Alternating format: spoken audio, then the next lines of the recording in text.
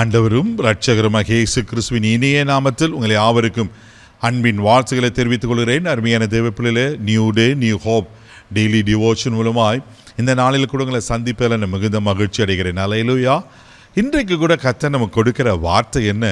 1 நாளாகமம் புஸ்தகம் 4ஆம் அதிகாரம் 10வது வசனத்தை கூட வாசிக்க கேட்போம். யாபேஸ் இஸ்ரவேலின் தேவனை நோக்கி, தேவரீர் என்னை ஆசீர்வதித்து என் எல்லையை பெரிதாக்கி உமது கரம் என்னோடு இருந்து தீங்கு என்னை துக்கப்படுத்தாதபடிக்கு அதற்கு என்னை விலக்கி காத்தருளும் என்று வேண்டிக் கொண்டான். அவன் வேண்டிக் கொண்டதை தேவன் அருளினார். ஹல்லேலூயா, ஹல்லேலூயா. இங்கே ஒரு அற்புதமான சம்பவத்தை நாம் பார்க்கிறோம். யாபேஸ் ஒரு வேண்டுதல் செய்கிறார். என்ன வேண்டுதல் செய்கிறாரு? அங்கே அழகாக 4 காரியங்கள் சொல்லப்பட்டிருக்கு. தேவப்பிள்ளையில அவன் வேண்டிக் கொண்டதை தேவன் அருளினாரா. நீங்கள் வேண்டிக் கொள்வதை தேவன் உங்களுக்கும் கொடுப்பார். இதை நம்புறீங்களா? இதை விசுவாசிக்கிறீங்களா?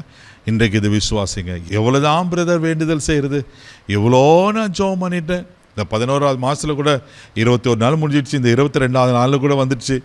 இன்னும் ஒரு மாதத்தில் இந்த வருஷமே முடிய போகுது.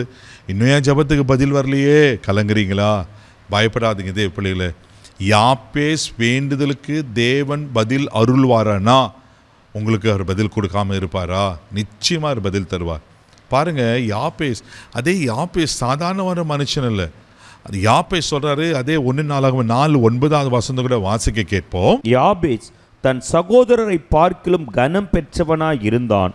அவன் தாய் நான் துக்கத்தோடு அவனை பெற்றேன் என்று சொல்லி அவனுக்கு யாபேஸ் என்று பெயரிட்டாள். யாபேஸ் எப்படி நம்ம பிறக்கும் போதே வந்தார்?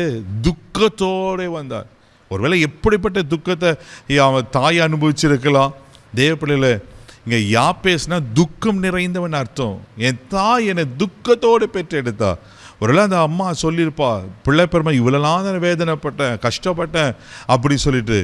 ஆனால் ஒன்று, அந்த யாபேஸ் தான் துக்கத்திலேயே வாழ்நாளெல்லாம் கழிக்காமல், துக்கமாகவே வாழ்ந்து முடிக்காமல் அவர் என்ன செய்கிறன்னா, அழகாக சொல்லப்பட்டிருக்கு, தேவனை நோக்கி வேண்டிக் கொண்டான். என்ன வேண்டிக் கொண்டான்?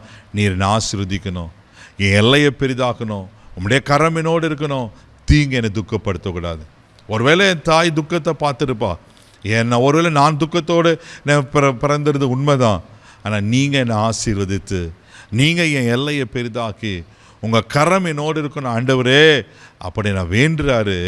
அவன் வேண்டிக் கொண்டது தேவன் அருளினாராம். அந்த 9ஆம் வசனம் கடைசி பகுதியில் பார்த்தோம், தன் சகோதரனை காட்டிலும் கனம் பெற்றவனாக இருந்தான். அல்லேலூயா.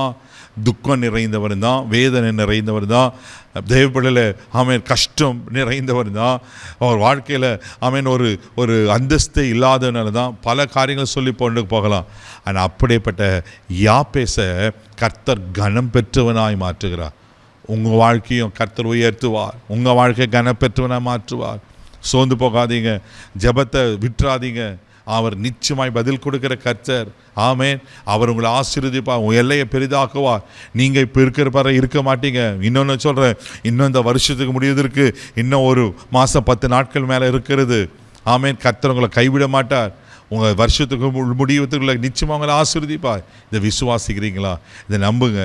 நீங்களும் கன பெற்றவர்களாய் மாறுவீங்க. நீங்களும் ஆமேன் ஆசீர்வதிக்கப்பட்டவர்களாய் மாறுவீங்க. நிச்சயமாக கர்த்தர் உங்களை கனப்படுத்துவார். கண்களை மூடி நம்ம ஜெபிக்கலாம். அன்பு தகப்பனே, உமக்கு நன்றி சொல்கிறேன். நீர் யாபேசின் தேவன், எங்களுடைய தேவனாக இருக்கிறீரப்பா. யார் எப்படியாப்பட்ட துக்கத்தோடு ஆண்டவரே இதை கேட்டுக்கொண்டு இருக்காங்களா, இன்றைக்கு கர்த்தர் எனக்கு ஒரு அற்புதத்தை செய்ய மாட்டாரான்னு ஏங்கி கொண்டிருப்பாங்கண்ணா, அப்பா அற்புதங்களை செய்யுங்கப்பா. இவர்களையும் கனப்பெற்றவர்களாய் மாற்றுங்க. இவர்கள் வேண்டுதலுக்கும் பதில் கொடுக்கும்படியாக நான் ஜெபிக்கிறேன். இன்றைக்கி நீங்கள் பதில் கொடுத்துட்டீங்க விசுவாசிக்கிறேன்ப்பா. இதில் அற்புதங்களை காண செய்யும். இதில் ஆசீர்வதித்து கனப்படுத்தும். கிருபை கொப்ப கொடுக்குறேன். இந்த நாள் முழுதும் கரம் பிடித்து நடத்தும். எல்லா தீங்குக்கு விலைக்கு காத்தலும் இயேசுவின் மூலம் ஜெபங்களும் பிதாவே. ஆமென். அவர் உங்களை கனப்படுத்துவார். தைரியமாக போங்க. God bless you.